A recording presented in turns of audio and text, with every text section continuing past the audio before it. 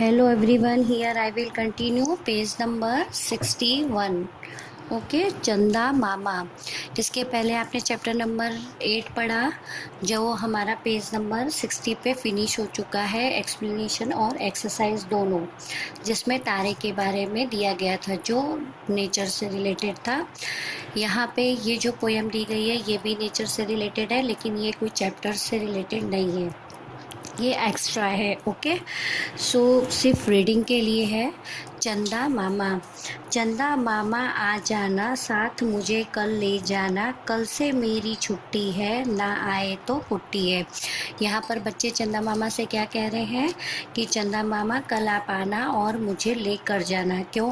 क्योंकि कल से मेरी छुट्टी है और अगर यदि आप नहीं आए तो हम सब आपसे कुट्टी हो जाएंगे, यानी किट्टा हो जाएंगे।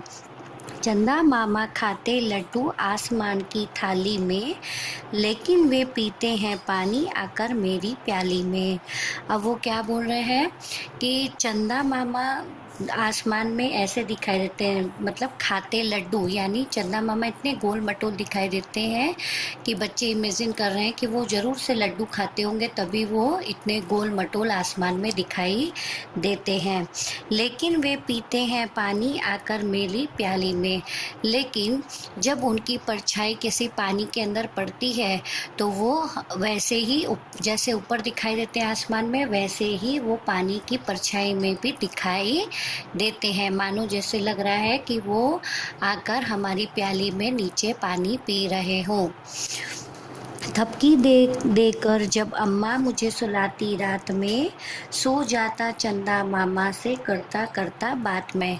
और इस तरह जब मम्मा मेरे सिर पर हाथ फेरते फेरते मुझे थपकियाँ देते देते जब वो रात में सुलाती हैं, तो मैं चंदा मामा की ऐसी ही दूसरी कविताएं और कहानी सुनते सुनते, उनसे बात करते करते उनकी ही सपनों की दुनिया में खो जाता हूँ और उसी समय मुझे वहाँ पर नींद आ जाती है। तो ऐसा बच्चे चंदा मामा के लिए बोल रहे हैं। तो इस कविता के कवि कौन है? Dwarika Prasad Maheshwari ji. Okay, so students, in here I will continue page number 62 also. अभ्यास पत्र 2। यहाँ पे सब जितने भी क्वेश्चंस दिए गए हैं, सब आप नहीं लिखेंगे। जहाँ पर मैं बोलूँगी कि इसे आप नोटबुक में लिखना है, उसे ही आप लिखोगे। अदरवाइज सब आप सिर्फ ओरल डिस्कशन के लिए ये है। मौखिक अभिव्यक्ति। आपको अपना घर क्यों अच्छा लगता है, कक्षा में बताइए। तो आपको अपना घर क्यों पसंद होता है? क्योंकि घर में परिवार के सभी सदस्य एक साथ मिलजुल के रहते हैं, एक दूसरे के दुख सुख में काम आते हैं, लोग एक दूसरे की मदद करते हैं, सारे प्रसंग त्यौहार हम सब मिल के बनाते हैं, जिससे कि बहुत सारी खुशियाँ लोगों को मिलती है और हमें भी खुशी मिलती है, इसलिए हमें अपना घर अच्छा लगता है। दूसरा, बीज से पौधा बनने की प्रक्रिया कक्षा में बताइए। बीज से पौधा कैसे बनता है? बीज यानी कि सीड। तो पहले हम किसी भी फल के या सब्जी के सीड को ज़मीन के अंदर डालते हैं, उसमें प्रॉपर हवा, सूरज की रोशनी और पानी मिलता है, जिससे कि वो सीड धीरे धीरे ज़मीन के नीचे ग्रो करता है और धीरे धीरे फिर उसमें से एक दो पत्तियाँ धीरे धीरे ऊपर निकलती हैं और इस तरह ग्रो करते करते करते वो एक पौधा बनता है, छोटा पौधा, फिर बड़ा थोड़ा होता है और फिर धीरे धीरे वो एक ट्री बन जाता है। रचनात्मक गतिविधि। चिड़िया का चित्र बनाकर उसमें रंग भरिए। अब आपको कोई भी एक बर्ड का, चिड़िया का चित्र बनाना है, यानी ड्रॉ करना है और उसमें कलर करना है। तो ये आप आपकी नोटबुक में करेंगे। नेक्स्ट है परियोजना कार्य। अपनी एक्टिविटी फाइल में न उड़ने वाले पक्षियों के चित्र चिपकाइए और उनके नाम लिखिए। तो अभी आपकी कोई एक्टिविटी फाइल नहीं है, यानी स्क्रैप बुक नहीं है, तो आप ये क्वेश्चन नोटबुक में ही करेंगे। तो आपको ऐसे 4 to 5 बर्ड्स के नाम ढूंढने हैं और जो नहीं उड़ते, और उनके पिक्चर लगाकर उनके सामने उनके नाम भी लिखने हैं। न उड़ने वाले पक्षियों के नाम, उड़ने वाले नहीं। ओके, नेक्स्ट है इस चित्र को ध्यान से देखकर 5 वाक्य बोलिए। ये सिर्फ आपको चित्र ऑब्जर्व करना है और सिर्फ बोलना है, इसे कहीं पे भी लिखना नहीं है। तो जैसे कि ये पिक्चर आप देख रहे हैं ये एक बगीचे का चित्र है। बगीचे में चारों तरफ रंग बिरंगे फूल और रंग बिरंगी तितलियाँ उड़ती हुई दिखाई दे रही हैं।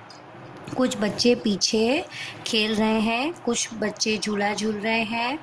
एक दादाजी बगीचे में वॉकिंग यानी टहल रहे हैं। उनके साथ साथ एक कुत्ते का छोटा सा बच्चा भी धीरे धीरे दौड़ रहा है। तो इस तरह आप दूसरे कोई सेंटेंस भी ऑब्जर्व करके बोल सकते हैं। इसे आपको कहीं पे भी लिखना नहीं है। सिर्फ question number 2 and question number 3 you have to complete in your notebook. Next है क्वेश्चन नंबर 5, नीचे दिए गए प्रश्नों के उत्तर बताइए। मौखिक, ये ऑलरेडी हम पीछे लिख चुके हैं सारे चैप्टर से रिलेटेड क्वेश्चन आंसर, तो इन्हें भी आपको कहीं लिखना नहीं है। किसकी बड़ी बड़ी मूछें देखकर गोलू डर गया? तो माली की बड़ी बड़ी मूछें देखकर गोलू डर गया। बूंद और किरण नन्हे बीज को कहाँ ले आई? बूंद और किरण नन्हे बीज को धरती पर ले आई।